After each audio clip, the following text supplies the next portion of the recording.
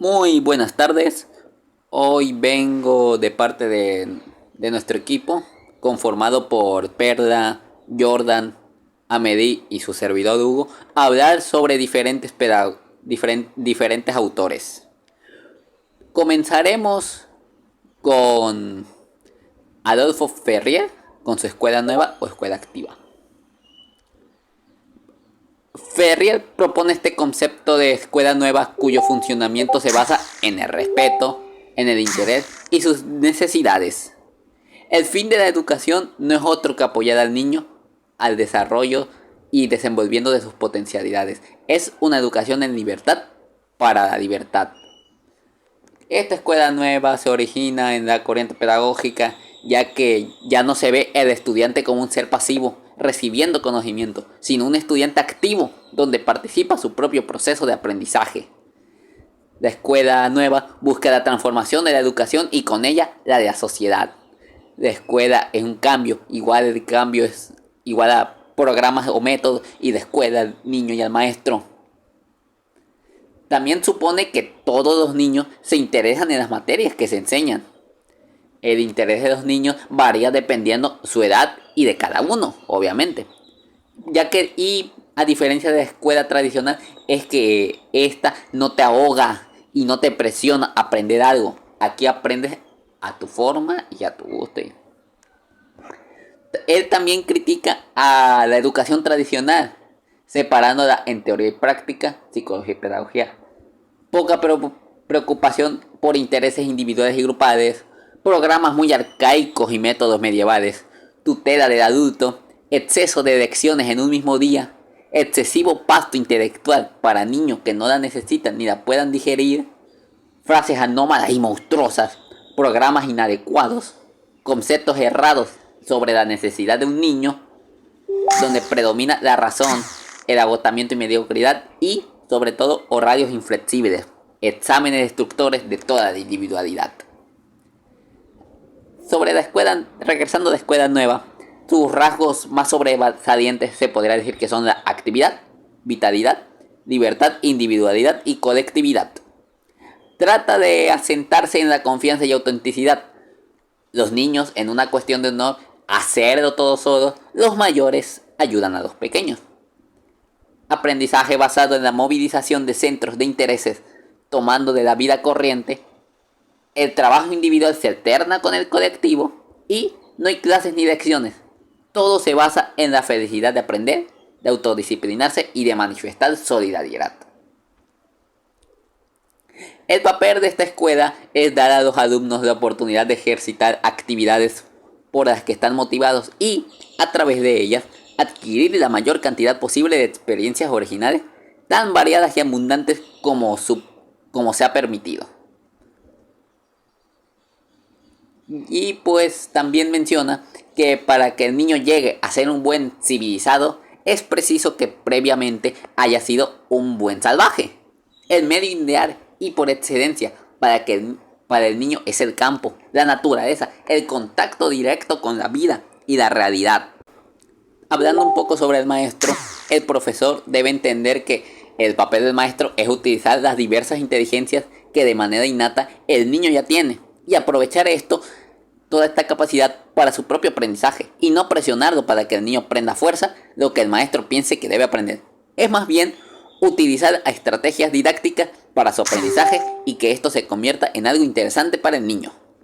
Y por último, mencionando sus aportaciones, se podría mencionar que propone cambios metodológicos y teóricos, mejora la acción pedagógica en la educación nueva, espíritu renovado del maestro, cambios de actitud hacia el niño, forma teoría pedagógica basada en la psicología genética, expone leyes de progreso, que es la biogenética, e intereses de esfuerzos, y por último, pretende libertad y autonomía del niño.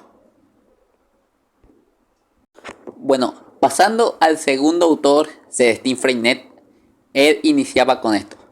La escuela no debe desinteresarse de la formación moral y cívica de los niños y niñas, pues esta formación no es solo necesaria, sino imprescindible, ya que sin ella no puede haber una formación auténticamente humana. Sus principales ideas y aportaciones se basan en plasmar en la escuela los principios de una educación por el trabajo y de una pedagogía moderna popular, ya que sus teorías y aplicaciones beben de la escuela nueva, pero adquiriendo un carácter más democrático y social. Estipula también como base pedagógica de su propuesta educativa la idea de tanteo experimental, la funcionalidad del trabajo y el principio de la cooperación. El objetivo para él era que los niños aprendan haciendo y hagan pensando. La escuela que él propone es que una escuela para el pueblo, para la clase trabajadora. Escuela con intereses populares, con una democracia interna y una cultura democrática y participativa. Sin imposiciones externas, sin domesticación de la escuela capitalista y sin notas de obediencia. Sus misiones eran de que el niño, toda pedagogía que no parte de educando es un fracaso para él y para sus necesidades y sus aplicaciones más íntimas. La labor del profesor es poner a su disposición las técnicas más apropiadas e instrumentos adecuados a estas técnicas. Sus técnicas se constituyen en un abanico de actividades que estimulan el tanteo experimental, la libre expresión infantil, la cooperación e investigación del entorno. Están pensando sobre la base funcional de la comunicación, donde se destaca el texto libre, la revista escolar, planes de trabajo, conferencias, biblioteca de trabajo, asamblea de clase y correspondencia escolar. En sus principios pedagógicos resalta que el niño es de la misma naturaleza que el adulto. Ser mayor que el alumno no significa estar por encima de ellos. El comportamiento del niño depende de su estado, tanto fisiológico, orgánico y constitucional. No se dictan órdenes autoritarias. Todo individuo debe tener éxito y la escuela se basa en la cooperación y el trabajo. También, siguiendo con sus ideas y aportaciones, menciona que la educación debería estar basada en intereses de los niños, como ya hemos mencionado, en la libertad de acción y vinculada con el medio ambiente que le rodea. Busca soluciones nuevas para lograr interés en sus alumnos que muestran aburrimiento en las clases tradicionales. En realidad, las ideas de Freinet surgen del trabajo cotidiano y no son productos de una teoría formalizada al margen de la realidad. Él está muy en contra del escolasticismo, teniendo una gran fe y convicción en trabajar. Su experiencia es la posibilidad para que el niño llegue al conocimiento. La educación como un proceso dinámico que cambia con el tiempo y está determinado por condiciones sociales. Estar consciente del poder transformador de la educación. Y también de ahí que la educación es una preparación para la vida social. De ahí su afán en el trabajo cooperativo como vía para transformar la sociedad. Ya para finalizar, su proceso de aprendizaje se basaba en la observación, experimentación y acción. Nada de razón ni memorización como se hacía en la pedagogía antigua. Para que así el movimiento de la escuela moderna, a diferencia de la escuela nueva. Y también, como mencionaba él, a nadie le gustan las normas impuestas. Si a ti tampoco te gustan, no las apliques. Te lo agradecerán. Henry Wallon fue un psicólogo y pedagogo francés cuyas teorías educativas se centraron en el desarrollo integral del niño, combinando aspectos emocionales, cognitivos y sociales. Su enfoque interdisciplinario y holístico tuvo un impacto significativo en la educación. Algunas de sus teorías son la teoría de psicogénesis del desarrollo infantil. Wallon propuso que el desarrollo infantil es un proceso continuo e integrado, donde los aspectos emocionales, motores y cognitivos están interrelacionados. En esta teoría identificó etapas como la etapa impulsiva. De los 0 a 3 meses se caracteriza por los movimientos desordenados del infante y por su forma de comunicarse, que es el llanto. Etapa nocedal. Desde los 3 a los 12 meses su forma de comunicarse mejora, organiza sus emociones y es capaz de mover sus brazos y piernas a voluntad. Etapa sensoriomotriz. De 1 a 3 años. En esta, el infante desarrolla su inteligencia práctica manipulando objetos para realizar algo. También desarrolla su inteligencia representativa a través de la imitación y el lenguaje. Etapa del personalismo. de 3 a 6 años. El niño comienza a ser más desafiante con el adulto, imitándolo, creyendo que sus acciones tienen el mismo peso como si las realizara un adulto. Etapa categorial, de 6 a 11 años. El niño comienza a tener una manera voluntaria, es decir, él aprende lo que él considere importante y empieza a tener una visión más general de la vida. Adolescencia. En esta etapa está la contradicción entre lo conocido y lo que se quiere conocer. Comienza el desarrollo del individuo a partir de sus intereses personales. Teoría de la afectividad. Wallon subrayó la importancia de las emociones en el desarrollo del niño. Afirmó que la afectividad no solo influye en el desarrollo emocional, sino que también impacta en el desarrollo cognitivo y social. Propuso que las emociones son la base del desarrollo de la personalidad y la inteligencia. Teoría del movimiento y la acción. Según Wallon, el movimiento y la acción son fundamentales en el desarrollo infantil, ya que permite al niño interactuar con su entorno y aprender a través de la experiencia física. El desarrollo motor y la actividad física están estrechamente vinculados con el desarrollo cognitivo y emocional. Influencia en la actualidad. Las teorías de Wallon han influido en la adopción de enfoques educativos que consideran al niño como un ser integral, cuyo desarrollo emocional, cognitivo y social debe ser fomentado simultáneamente.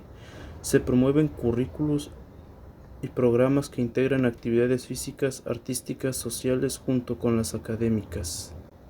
Los educadores actuales reconocen la importancia de las emociones en el proceso de aprendizaje y desarrollo. Se implementan programas de educación emocional que ayudan a los estudiantes a identificar, expresar y gestionar sus emociones de manera saludable. La teoría usada como aprendizaje activo y basado en la experiencia. Las actividades que involucran el movimiento y la acción, como el aprendizaje basado en proyectos, el juego y las experiencias prácticas, son fundamentales en muchos programas educativos. Se fomenta un ambiente de aprendizaje activo donde los estudiantes pueden explorar, experimentar y aprender a través de la acción. La teoría como enfoque en la socialización. La importancia de la socialización y la interacción en el desarrollo infantil es reconocida en las prácticas educativas modernas. Se promueven actividades grupales, trabajos colaborativos y dinámicas de aula que facilitan la interacción y el aprendizaje social. Teoría que fomenta el desarrollo personal y autonomía. Se pone énfasis en el desarrollo de la autonomía y la identidad del estudiante, ayudándoles a reconocer sus capacidades y a tomar decisiones informadas. Programas educativos que fomentan la autoconfianza y la autorregulación son cada vez más comunes. Las teorías de Henry Wallon siguen siendo relevantes y aplicadas en la educación contemporánea, influenciando prácticas pedagógicas que buscan un desarrollo infantil holístico y equilibrado. Michel Lobrot. Michel Lobrot fue un psicólogo y pedagogo francés conocido por su enfoque en la pedagogía no directiva y la autogestión en la educación. Su trabajo se centró en promover una educación que fomente la autonomía, la libertad y la participación activa de los estudiantes en su propio proceso de aprendizaje. También fue uno de los principales fundadores de la pedagogía institucional. Esta pedagogía nace de la oposición que él sentía hacia la pedagogía tradicionalista de su época. La pedagogía institucional está centrada en la transformación de las instituciones escolares, en el que el individuo pueda expandirse a través del análisis de las instituciones externas e internas del sistema educativo. Coloca a los niños y adultos en situaciones nuevas y variadas que requieren de cada uno entrega personal, iniciativa, acción y continuidad. Entre sus aportaciones están la autogestión pedagógica, como una preparación para la autogestión social, en donde los estudiantes participan activamente en la toma de decisiones sobre su educación. Esto incluye la planificación de actividades, la evaluación del progreso y la resolución de conflictos, fomentando un sentido de propiedad y responsabilidad en los estudiantes. La autogestión promueve la participación democrática y la colaboración en el proceso educativo. Relación educativa y comunicación. Según Lobrot, la relación educativa debe basarse en la comunicación abierta y sincera entre el educador y los estudiantes. La comunicación es vista como una herramienta esencial para el desarrollo de la confianza, la empatía y el entendimiento mutuo en el aula. Promueve un ambiente en el que los estudiantes se sientan escuchados y valorados, lo que facilita un aprendizaje más profundo y significativo. Pedagogía no directiva. La pedagogía no directiva de Lobrot se basa en la idea de que el aprendizaje es más efectivo cuando los estudiantes tienen el control de su propio proceso educativo. Propone un enfoque en el que el papel del educador es más de facilitador que de instructor, proporcionando un entorno en el que los estudiantes puedan explorar y aprender de manera autónoma. Este enfoque enfatiza la importancia de la libertad, la autonomía y la responsabilidad personal en el aprendizaje. Con esto, la pedagogía no directiva ha influido en el desarrollo de enfoques educativos centrados en el estudiante, donde se pone un énfasis significativo en las necesidades, intereses y estilos de aprendizaje individuales de los estudiantes. Los programas educativos modernos a menudo incluyen actividades y proyectos que permiten a los estudiantes tomar la iniciativa y explorar temas de su interés. Con sus aportaciones se han promovido ambientes de aprendizaje que fomentan la autonomía y la autodirección, proporcionando a los estudiantes oportunidades para tomar decisiones sobre su propio proceso de aprendizaje. Esto puede incluir el uso de métodos de enseñanza como el aprendizaje basado en proyectos, el aprendizaje autodirigido y la enseñanza diferenciada. La autogestión y la participación democrática en la educación se aplican mediante la inclusión de los estudiantes en la toma de decisiones sobre las reglas del aula, la planificación de actividades y la evaluación de su propio trabajo. Este enfoque no solo fomenta la responsabilidad y la autonomía, sino que también enseña habilidades democráticas y colaborativas esenciales. La evaluación en entornos no directivos a menudo incluye métodos alternativos, como la autoevaluación y la evaluación por pares, que permiten a los estudiantes reflexionar sobre su propio aprendizaje y recibir retroalimentación constructiva. Estos métodos ayudan a desarrollar habilidades metacognitivas y un sentido de responsabilidad personal en el proceso de evaluación. En resumen, las aportaciones de Michel Lobrot han influido en prácticas pedagógicas que promueven la autonomía, la libertad y la participación activa de los estudiantes en su propio proceso de aprendizaje. Estas ideas siguen siendo relevantes y aplicadas en la educación contemporánea, ayudando a crear ambientes de aprendizaje más inclusivos, democráticos y centrados en el estudiante. Carl Rogers, nacido en 1902, es conocido principalmente como un terapeuta, aunque también trabajó como profesor universitario. Su mayor contribución fue en el campo de la psicoterapia, una actividad que ocupó la mayor parte de su vida. Su trabajo terapéutico y las investigaciones que llevó a cabo le permitieron desarrollar una serie de puntos de vista sobre la personalidad y posteriormente sobre las relaciones humanas. La teoría de la psicoterapia es el núcleo de todo su sistema y el eje en torno al cual giran sus aplicaciones en diferentes ámbitos, como la familia, la educación y los grupos. Según Rogers, su enfoque de estos problemas solo se entiende a la luz de su planteamiento del problema terapéutico. Para comprender completamente el pensamiento pedagógico de Rogers, es necesario primero adentrarse en su teoría de la terapia y la personalidad.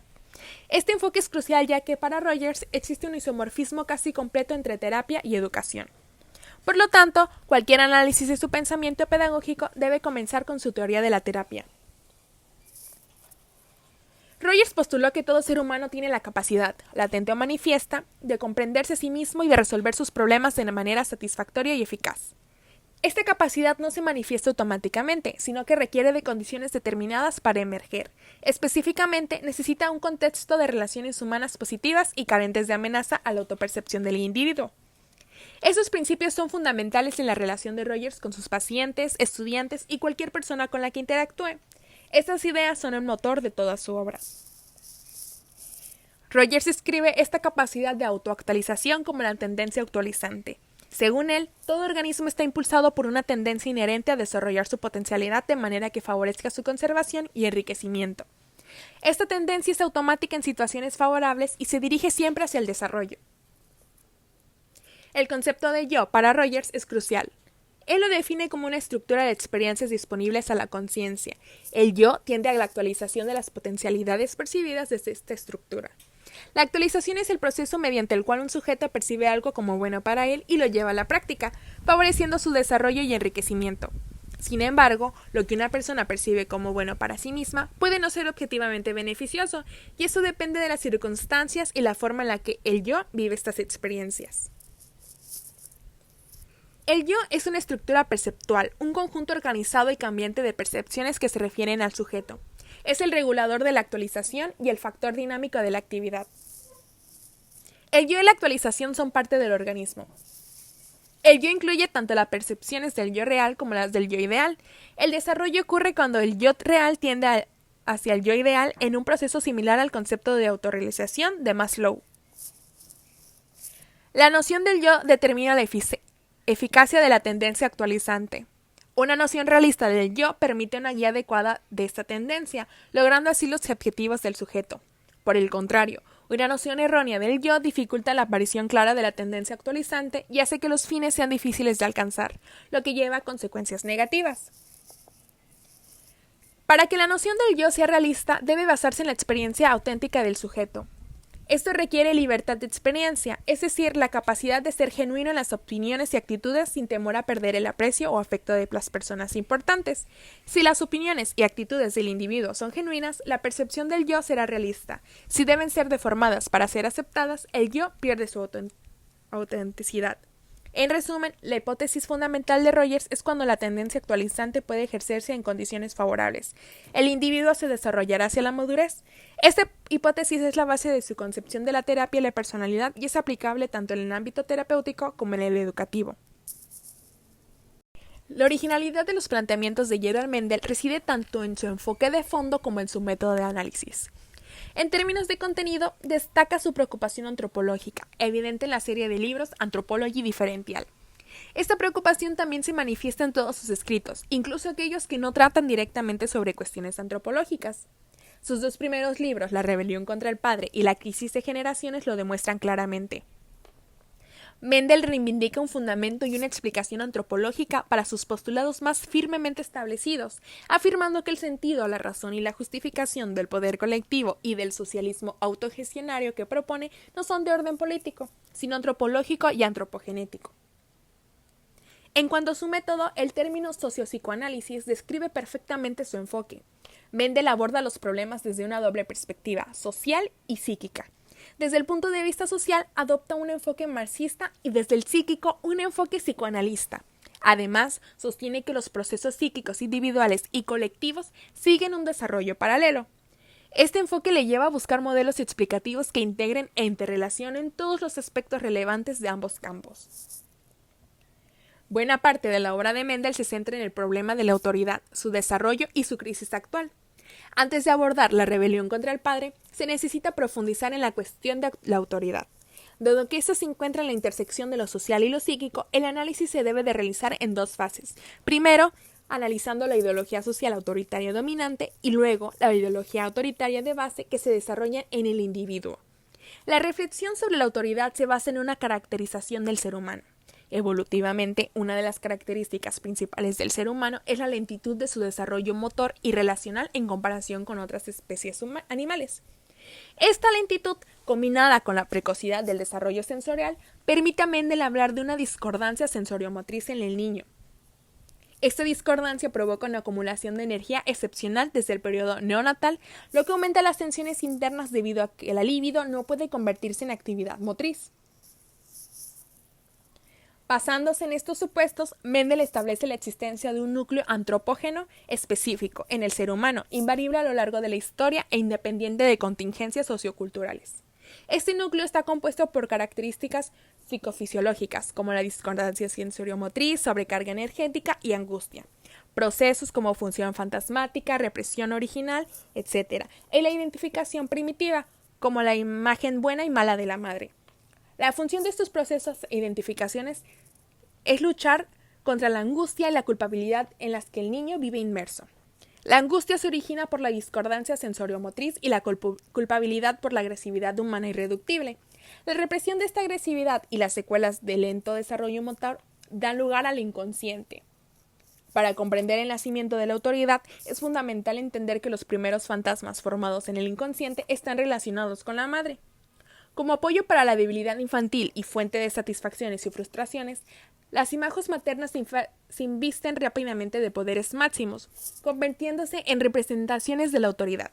En la primera infancia, la autoridad se reencarna en la imagen materna, y debido a la imprevisibilidad del comportamiento de la madre, esta autoridad se percibe como arbitraria y absoluta. El paso siguiente es trasladar esta secuencia a la percepción de la naturaleza, vista como omnipotente e incontrolable, vinculada a las imágenes maternas arcaicas. Aquí entra el juego del poder progresivo de liberación del ser humano respectivo a fuerzas alienantes internas y externas. Si la madre es percibida en el inconsciente como cruel y arbitraria, el recurso es alejarse de ella, interponiendo un padre que proteja al niño de la madre todopoderosa. Esta relación con el padre, aunque ambivalente, se estrecha a medida que aumenta la culpabilidad respecto a una madre atacada imaginariamente. La interiorización de la imagen paterna, plenamente realizada a principios del Neolítico según Mendel, crea las condiciones para el desarrollo de la ciencia y la tecnología, facilitando el conocimiento y la acción racional sobre el entorno. Estos progresos científicos y técnicos se transmiten a través de las instituciones socioculturales, moldando la evolución del ser humano y su relación con la autoridad. Francisco Ferrer Guardia fue un pedagogo, anarquista y libre pensador español.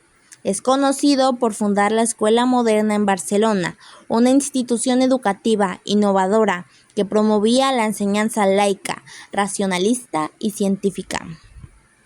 Ferrer Guardia se basó en las ideas de pedagogos como Pestalozzi, Froebel y Rostopchin para desarrollar su propia teoría educativa, defendiendo una educación integral que fomentara el pensamiento crítico, la libertad individual y la responsabilidad social. Las principales aportaciones de Ferrer fueron la introducción de la enseñanza laica, donde en la escuela moderna la religión no formaba parte del currículo escolar. Esto era una novedad radical en la España de la época, donde la Iglesia Católica tenía una gran influencia en la educación. También Ferrer Guardia implementó métodos de enseñanza como la coeducación, el aprendizaje activo y la experimentación. Estos métodos eran considerados vanguardistas en su momento y siguen siendo utilizados en la actualidad. Ferrer Guardia escribió varios libros y artículos sobre educación y también desarrolló materiales educativos propios. Estos materiales fueron utilizados en la escuela moderna y en otras escuelas de todo el mundo. Ferrer Guardia fue una figura controvertida en su época, pero su legado ha sido revalorizado en los últimos años. Se le considera uno de los pioneros de la educación moderna y su obra ha inspirado a educadores de todo el mundo. Las ideas de Ferrer Guardia siguen siendo relevantes en la actualidad. Sus principios de educación laica, racionalista y científica son compartidos por muchos educadores modernos. Además, algunos de los métodos pedagógicos que implementó, como la coeducación y el aprendizaje activo, siguen siendo utilizados en las aulas de todo el mundo. Francisco Ferrer Guardia fue un pedagogo innovador que tuvo un gran impacto en la educación de su época.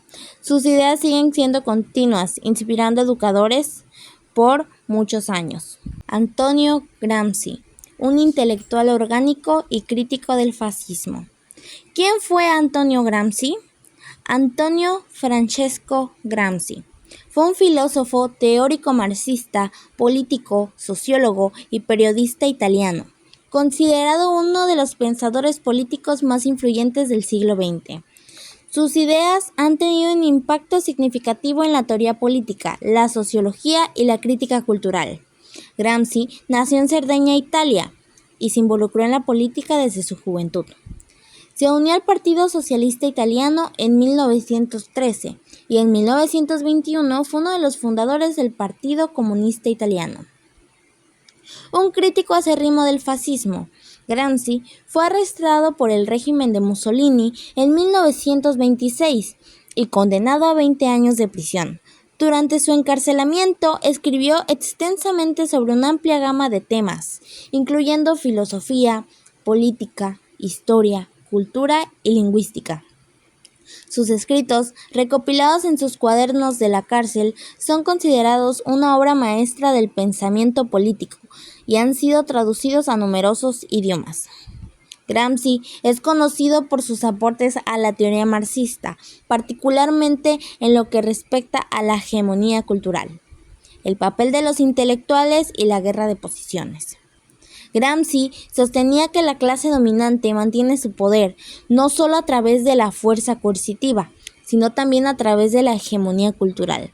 Esto significa que la clase dominante impone sus valores, creencias y normas culturales, como si fueran universales y neutrales, lo que contribuye a mantener el statu. Gramsci distinguía entre intelectuales tradicionales e intelectuales orgánicos. Los intelectuales tradicionales están vinculados a la clase dominante y sirven a sus intereses, mientras que los intelectuales orgánicos están vinculados a las clases subalternas y luchan por su emancipación. Gramsci creía que en las sociedades capitalistas desarrolladas, la revolución socialista no podía lograrse a través de un levantamiento violento, sino a través de una guerra de posiciones. Esta guerra de posiciones implicaba una lucha cultural y política a largo plazo para conquistar la hegemonía cultural y transformar la sociedad desde abajo. Las ideas de Gramsci siguen siendo relevantes en la actualidad y han sido utilizadas para analizar una amplia gama de fenómenos sociales y políticos, incluyendo el ascenso del populismo y la derecha radical, los movimientos sociales y la resistencia popular, el papel de los medios de comunicación y la cultura popular, las estrategias del cambio social.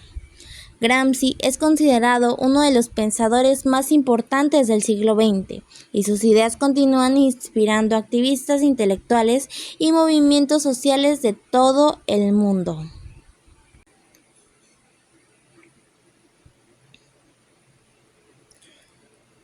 Louis Althusser, un filósofo marxista influyente. Louis Althusser fue un filósofo marxista francés que se convirtió en una figura destacada del pensamiento estructuralista del siglo XX.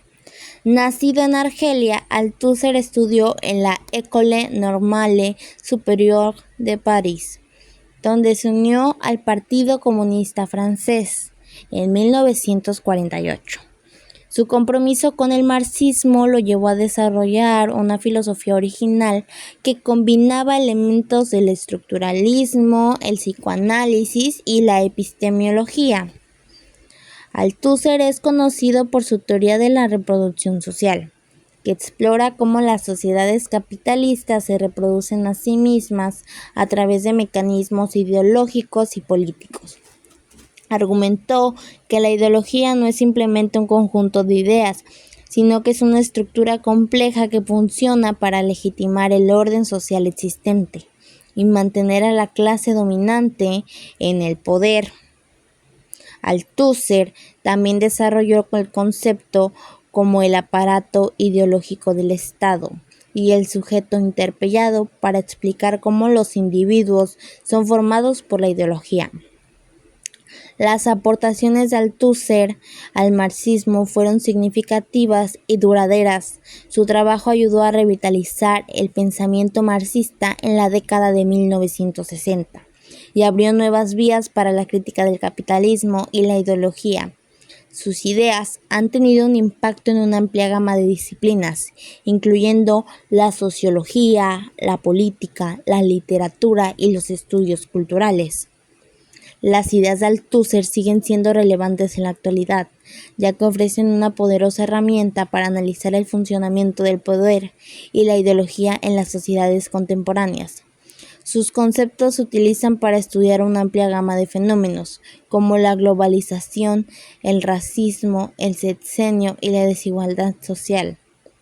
Algunas de las ideas claves de Althusser incluyen la reproducción social.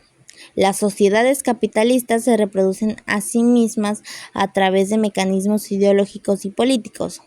El aparato ideológico del Estado, instituciones como la escuela, la familia y los medios de comunicación que funcionan para legitimar el orden social que existe. El sujeto interpelado. Los individuos son formados por la ideología y se convierten en sujetos a través de un proceso de interpelación. sobre determinación. Los eventos y fenómenos sociales están causados por múltiples factores que interactúan entre sí. Conjuntura: una combinación específica de circunstancias que crean las condiciones para que ocurra un evento o un fenómeno. En resumen, Luis Althusser fue un filósofo marxista influyente que desarrolló una teoría original para explicar cómo las sociedades capitalistas se reproducen a sí mismas a través de la ideología y la política. Sus ideas siguen siendo relevantes en la actualidad y se utilizan para estudiar una amplia gama de fenómenos sociales.